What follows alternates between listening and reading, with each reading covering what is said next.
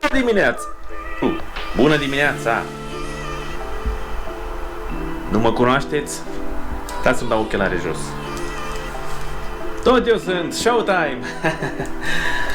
Ce faceți? Astăzi e a 7-a zi, stai că cu o mână țin camera.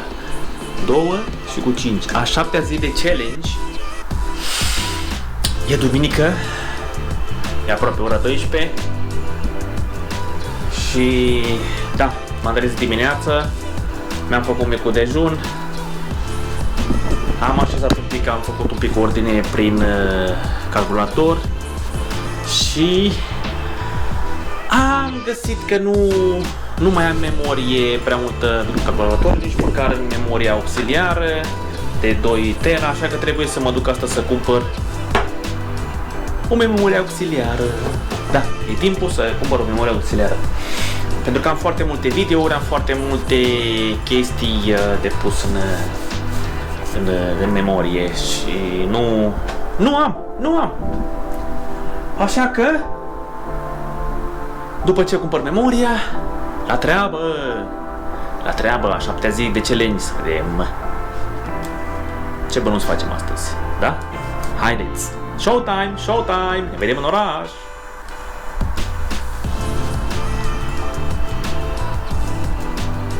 Totul verde! Haideți!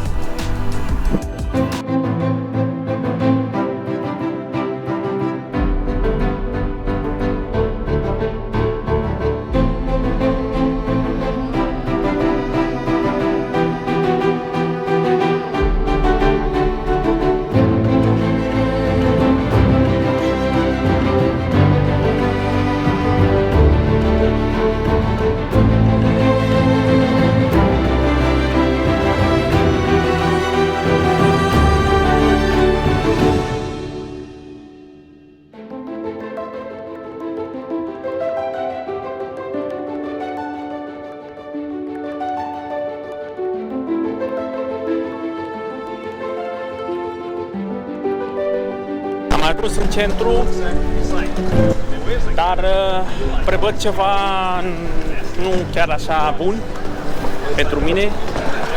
Am văzut pe altă stradă paralelă o manifestație care mergea spre centru, unei fântâna Cocostârgului, cum mai spune eu. Dar sper să fie bine și să nu vină în zona unde stau eu cu marinetele. Asta este foarte important. Și sper că locul unde mă duc eu acum să nu fie ocupat. A doua chestie. E aproape 4 ceasul. După amiază. Nu e rău, e foarte multă lume ca de obicei. Dar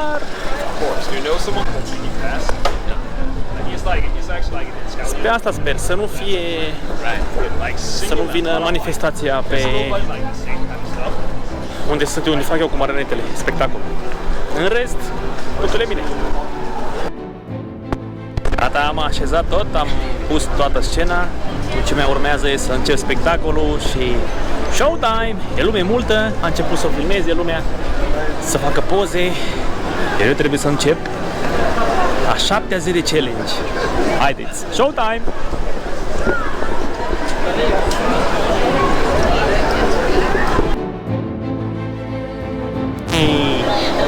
Am terminat treaba. Am terminat spectacolul, nu mai e așa multă lume pe stradă.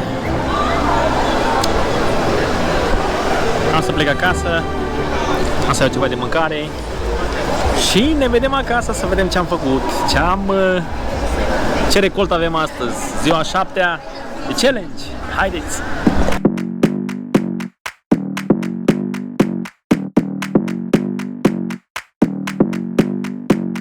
Come on, come here, come a little closer. Don't be afraid, no, I don't wanna hurt you. Little more, come near, let me just show you. Don't know, can't talk, let me just show you. Gata, am ajuns acasă.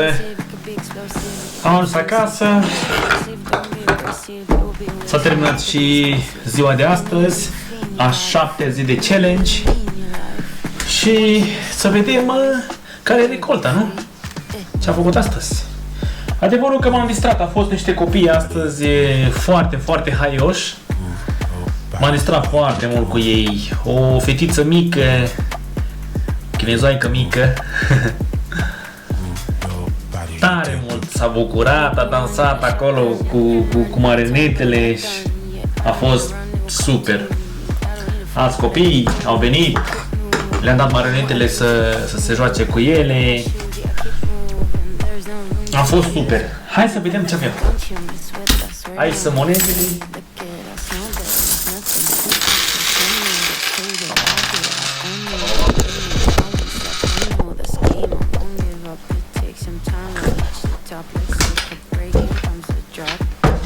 Iar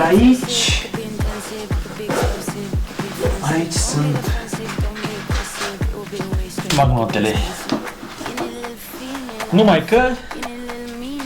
Numai că 800 sunt de ieri. Trebuie să le retrag. Da. Am o bancnotă de 500. Arată cam așa. Pentru prima dată. E albastră. Frușică. Hai să vedem ce avem, da? Deci 800 deoparte, nu sunt a noastre de astăzi, sunt de ieri. Lăsăm deoparte. Avem euro, bancnote 10. Dar mai sunt aici. Dolari avem mai mulți astăzi. 16 dolari.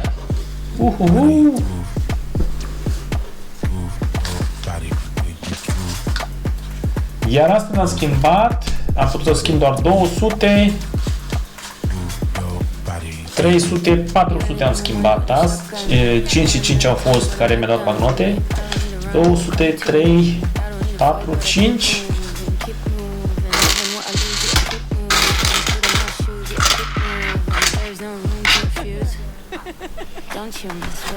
Deci în total au 110 lire în cădere, adică mai puțin decât ieri, dar oricum am stat și astăzi mai puțin, am stat 2 ore jumate, 3 aproape, la fel ca ieri.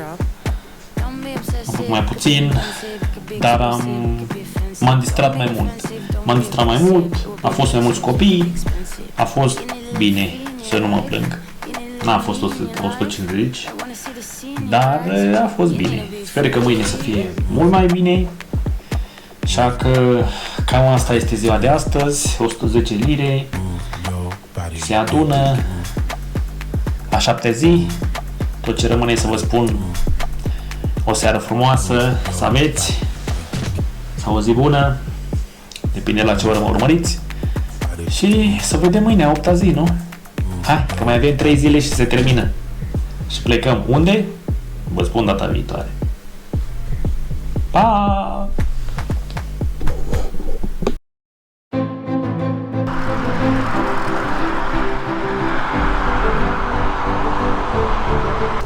Wow, uite-l mă! Uite-l mă! L-am găsit! Uite-l mă! Luis! Cel a dormit! Da, deci legenda e adevărată. Există uriași. Da, sunt 6 uriași. 6 uriași care astăzi trebuie să-i găsesc. Trebuie să-i găsesc neapărat. Pentru care să-mi spune ceva. Fiecare are povestea lui. Să vedem ce poveste.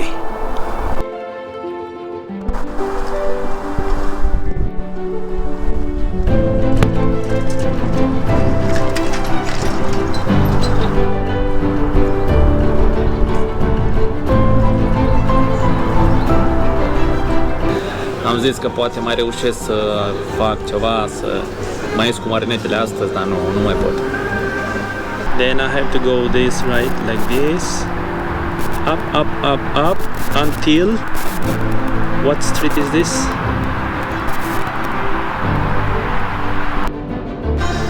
Am intrat într-un mall și am întrebat unde se poate încărca. Am găsit, m-am noroc că am găsit unde se poate încărca telefonul.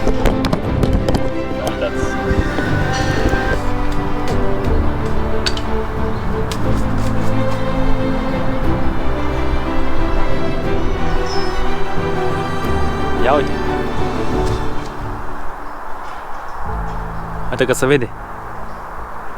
Nu știu dacă se vede. Da, aici, în zona asta. Aici.